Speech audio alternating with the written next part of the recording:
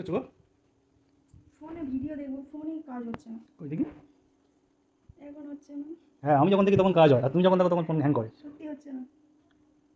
কি দেখবো বলো? দেখো দেখো, কোনো কাজ কই? হচ্ছে না, কোনো কাজ হচ্ছে না। দেখো এইবার দেখো। ঠিক আছে, আমি থেকে বলছো যখন, তোমার জন্য একটা সারপ্রাইজ আছে।